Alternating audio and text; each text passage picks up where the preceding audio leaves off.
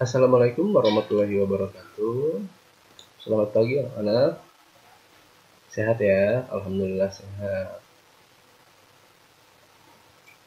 Jangan lupa tersenyum, jangan lupa bahagia. Ya tetap jaga kesehatan, ikuti protokol kesehatan yang telah ada. Ya tetap jaga jarak jika keluar, memakai masker, jangan lupa mencuci tangan. Tingkatkan pola hidup bersih dan sehat. Kali ini kita masih belajar mengenai teks diskusi. Jika kemarin kita belajar mengenai pengertian dan sebagainya, ya sudah paham ya apa itu teks diskusi.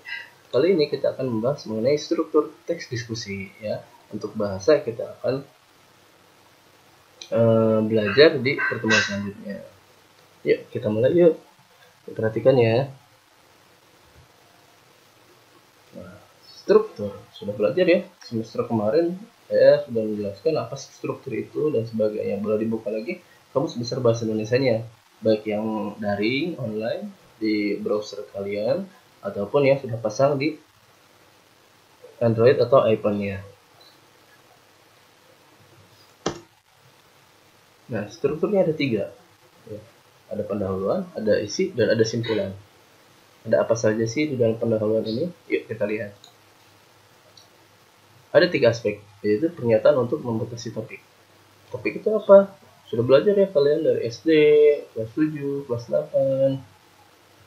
Topik ini yaitu pokok yang dibahas dalam suatu teks. Ya, baik itu dalam kalimatnya, itu dalam paragrafnya. Haknya harus dibatasi. Ya, yang namanya kita sedang membuat teks pasti memiliki satu topik. Ya. Jadi tidak melenceng jauh.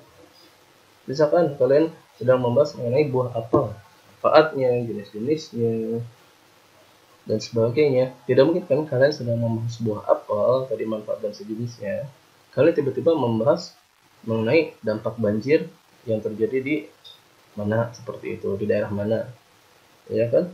Jadi kalau lagi membahas buah apel, ya buah apel saja seperti itu. Paham ya untuk membahas topik. Lalu latar belakang topik. Apa sih itu latar belakang? Jadi kalian memilih topik itu karena apa? Itu latar belakangnya apa? Misalkan buah apel, boleh sejarahnya buah apel dan sebagainya. Ya. Lalu sudut pandang berbeda yang akan dibahas ya.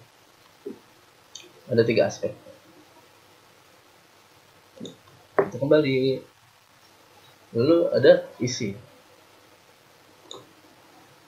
Nah, ada banyak nih aspeknya nih. Ya. Yang pertama ada serangkaian paragraf. Ya pastinya dalam sebuah teks tidak mungkin hanya ada satu paragraf. Begitu pasti ada beberapa paragraf. 2 atau 3 paragraf dengan argumen setuju, pro. Ya, kita belajar ya kemarin dalam diskusi itu ada yang pro dan ada yang kontra. Dan alasannya serta contoh yang mendukung gagasan. Ya. 2 atau 3 paragraf dengan argumen tidak setuju, kontra, dan alasannya serta contoh yang mendukung gagasan. Jangan lupa, satu paragraf minimal berapa kalimat, ya. Yang pasti harus ada kalimat utama dan kalimat penjelasnya. Sudah belajar ya kalimat utama dan kalimat penjelas. Lalu menggunakan bahasa persuasif. Nah, ini pun kalian sudah belajar di kelas 8. Apa sih teks persuasif itu? Ya. Teks persuasif itu yang mengajak. Ya, jangan sampai lupa, bahasa persuasif itu artinya bahasa yang mengajak. Ya, dalam konteks ini yaitu mengajak pada hal yang baik. Nah, menggunakan bahasa kohesif untuk menghubungkan gagasan atau untuk menunjukkan perubahan pendapat.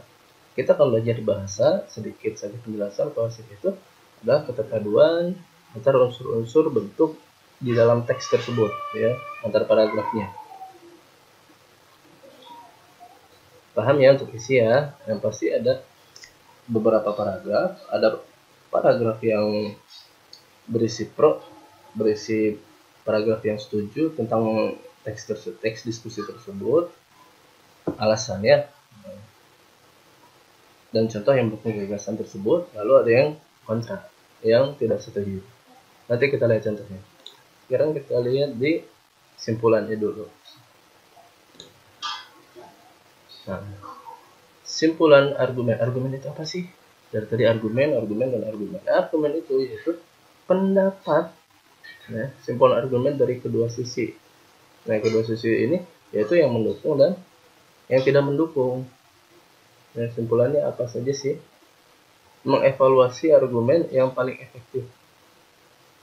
Mana nih argumen yang paling efektif dari beberapa argumen tersebut? Kan argumennya ada yang mendukung, ya tadi 2 atau 3 paragraf yang pro, yang mendukung, dan 2 atau 3 paragraf yang kontra.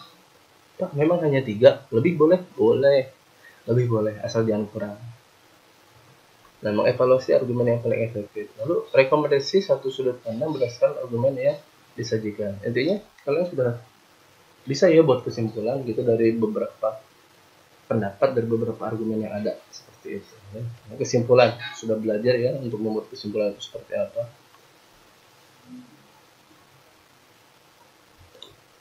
Kembali. Nah,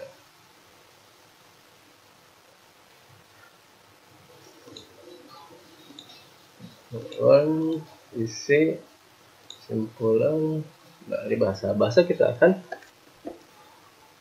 bahas di pertemuan selanjutnya.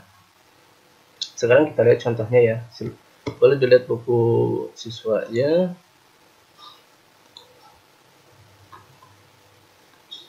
Teks diskusi dimulai dari halaman ini ya, 116. 115. Kemarin sudah ada, kalian sudah mengerjakan tugasnya, masih dalam progres penilaian. Hari ini dan besok akan terbit nilai kalian untuk tugas yang minggu lalu. Nah, ini yang tadi kita bahas. Kita lihat contohnya. Nah, ini model teks eksposisi. Ada juga teks diskusi ya. Pendahuluannya. Anak-anak hampir di seluruh dunia, terutama di Katolik, ini gemuk. Nah, ini isunya yang dibahasnya, pendahuluannya. Apa sih yang dibahas? Anak-anak hampir di seluruh dunia, terutama di kota-kota besar, semakin gemuk. Ya, kenapa? Karena diperburuk dengan gaya hidup yang tidak sehat. Nah, ini yang disebut kohesi. Nah, ini pikiran utamanya.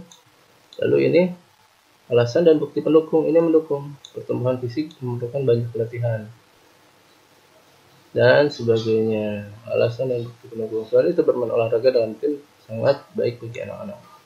Dan ini kesimpulannya dari alasan-alasan yang ada di sini.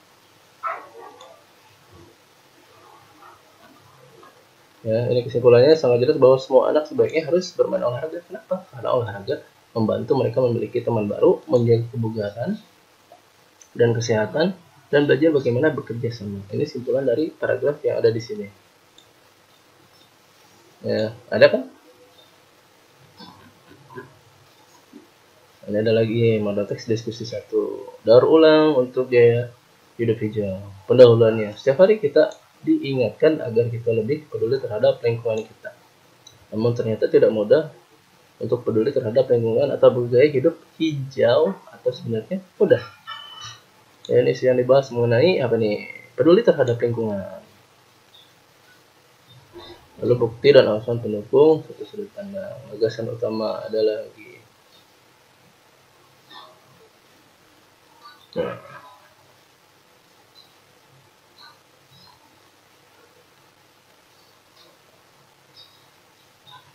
banyak ya, bisa dilihat contohnya. Nanti saya pun akan memberikan contoh ini masih kita lihat.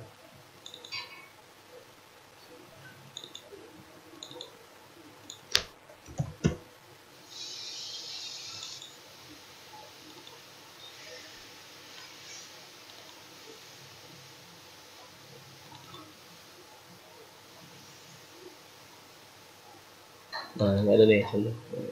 Teks diskusi full day school. Evaluasi, ini tuh isu ya, sama saja. Isunya mengenai full day school adalah program sekolah yang meminta siswa mengikuti proses belajar secara penuh sepanjang hari. Ya, jadi saya tentang full day school yang meminta siswa mengikuti proses belajar secara penuh sepanjang hari dari pukul 7 sampai pukul 4. Ya, kalian masih beruntung ya kalaupun tetap muat tidak sampai pukul 4 sore. Ini argumen mendukungnya, ini isinya ya. Jadi dalam isi itu ada argumen mendukung dan argumen menentang. Intinya seperti itu. Mendukungnya, orang tua meminta anaknya lebih banyak menghabiskan waktu belajar di lingkungan sekolah. Nanti akan saya berikan contoh ini pun di materi Google Classroom kalian. Dan sebagainya, kalau pada akhir program diterapkan, siswa akan diizinkan libur yaitu hari Sabtu dan Minggu ya. Memang seperti kalian sekolah dari pagi sampai sore, tapi Sabtu dan Minggu libur weekend ya, waktunya untuk keluarga. Kadang menentang, menentang. Yang jika jangan dalam diskusi dalam kehidupan sehari-hari pun ada yang mendukung dan ada yang menentang. Tetapi pihak tidak setuju berargumen bahwa tingkat konsentrasi anak-anak berbeda. Bisa dikatakan yang SD masih tergolong anak-anak yang mudah bosan dan jenuh. Nah, ini argumen menentangnya, ada argumen menentangnya ya. Segi fisik baik tidak baik atau buruk bagi kesehatan. Ya, ada argumen mendukung, ada argumen menentang. Segi sosial dan sebagainya. Nah, ini simpulan atau penyelesaiannya. Sebenarnya diadakannya program tergantung sarana dan prasarana. Ini dari paragraf-paragraf ini nih yang disimpulkan itu. Argumen mendukung dan argumen menentang. Akan saya kirim nanti di materi di classroom kalian masing-masing.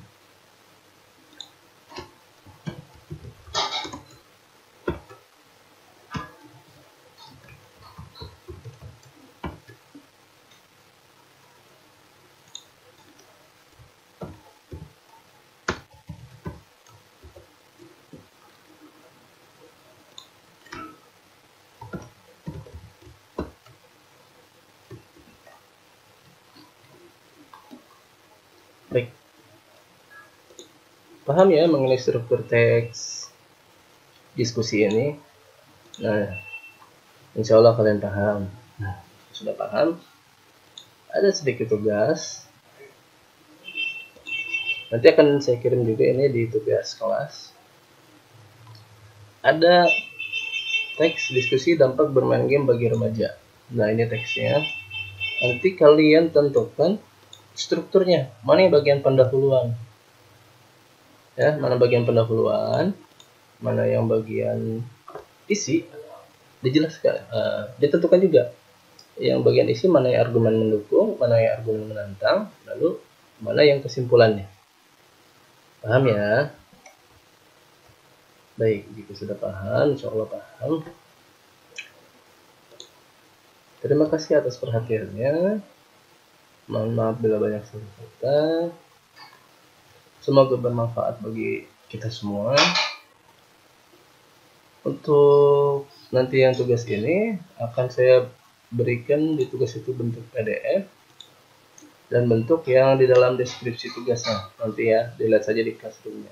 Dan untuk tugas ini boleh dikirim lagi via PDF atau boleh kalian tulis di bukunya masing-masing lalu difoto atau di komentar pribadi ya, strukturnya apa saja ya, ditentukan strukturnya. Jangan lupa di sign in atau diserahkan kembali tugasnya jika sudah selesai. Jangan diserahkan jika belum ya. Baik, sekali lagi terima kasih atas perhatiannya. Semoga bermanfaat bagi kita semua. Wassalamualaikum warahmatullahi wabarakatuh.